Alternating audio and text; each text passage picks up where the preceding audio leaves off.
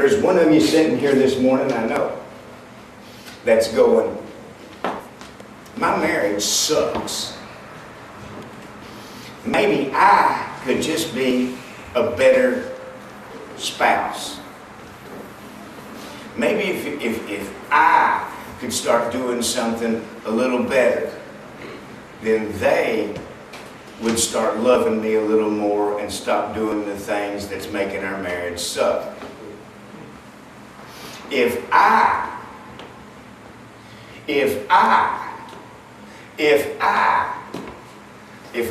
would do this, man, you got the magic genie.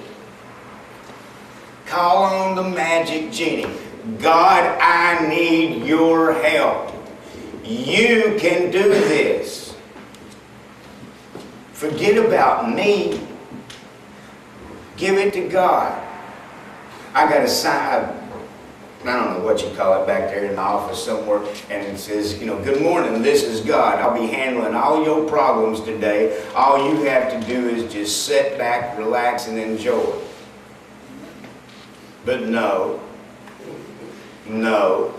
we got to take our problems and put them in our pockets, carry them around. They're ours. They're our problems. Nobody else gets them. We're stingy with our problems. Give those things away. Give them to God. I mean, look, most of you are not bashful to come up to me and go, I need a bus pass. I'm not God. Go to God. God will show you how to call the bus terminal down there, talk to them, write a letter, make a call, and get a whole bag full of them in the mail. Did you know you can do that? Yeah. Yeah.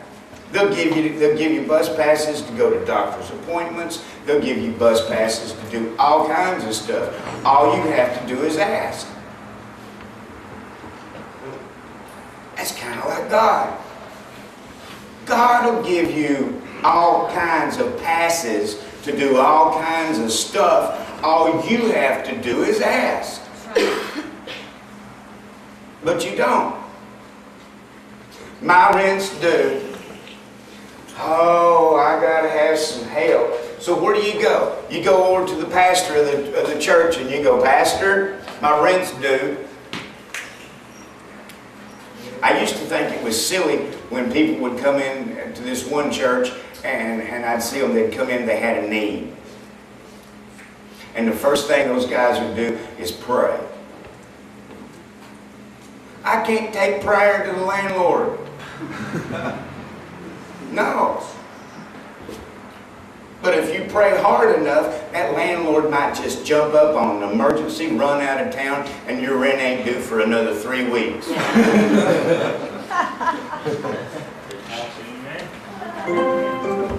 Yeah.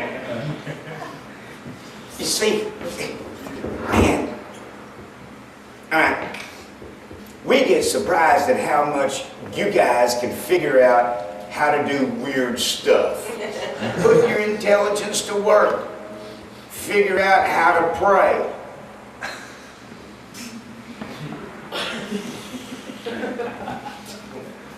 One girl couldn't leave the property. She was smart enough to figure out how to call her mama and her sister and get them to sneak her money. You're smart. Now figure out how to turn that intelligence. If you're smart enough to have no money and get high, you're smart enough to figure out how to get a job.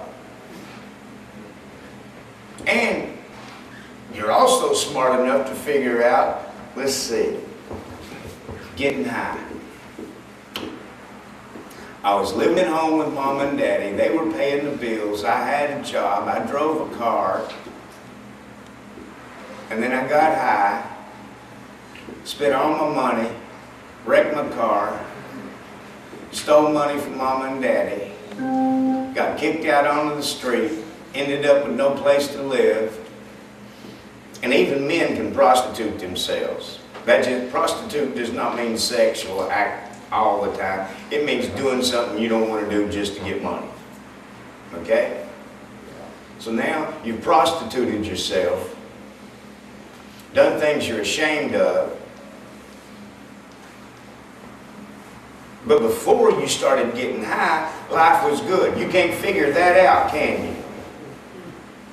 What's the common denominator here? What put you here? I talked to a mother the other day. She says, I love my daughter. I love my daughter.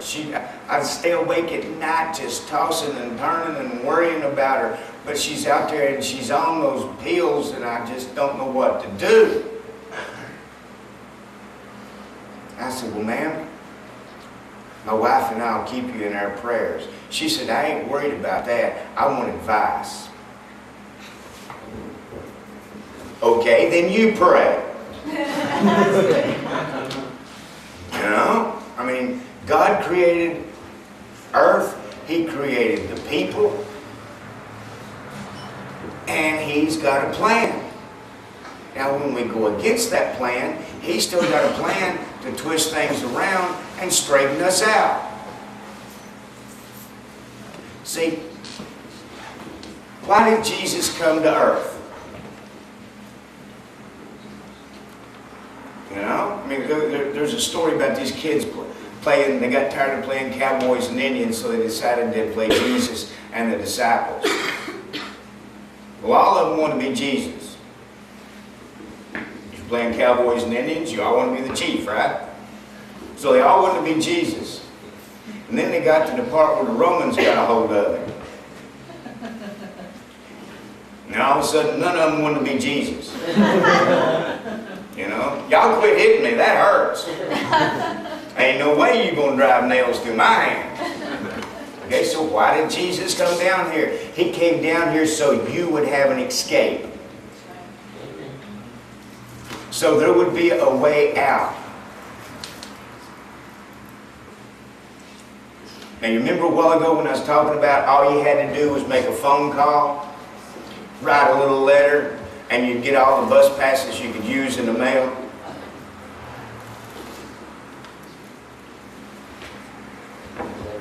All you gotta do is make a phone call. Make a phone call. Operators are standing by 24 hours a day, 7 days a week. Get Jesus on the line. Tell Him about your troubles. Give Him your problems. How many of you know that when all your bills are paid and everything's, taken care of, you got a little extra stash in your pocket and everything, you just walk a little better, don't you? Alright? The money's in the bank. God's got it. The minute you tell Him who to write the check to and how much to make it out for, He's on it. But when you start trying to take it all on you and you start trying to just keep it all up for you to worry about, God sits there and lets you. How many times have you seen somebody trying to do something you knew how to do? And you're watching them. And they just keep messing it up, messing it up, messing it up. And you sit there and watch them. And you say, let me help you with that. No, I got it. Let me do that for you. No, I can't. I know what I'm doing. Yeah, I know what I'm doing. Ain't got a clue. Alright? Let's just say trying to make gravy. Alright? You know how to make gravy. You're standing there watching somebody else that don't know how to make gravy try to make gravy. Alright? When it comes to the end, they got a bunch of milk with lumps in it. Okay? It's not fit to feed to the dog. When if they would sit back and let you do it, it would have been a sauce that have been dangerous to eat. I like to say my gravy is dangerous to eat. If you spill some of it up on your forehead, your tongue liable to beat your brains out trying to get to it. Oh, gosh.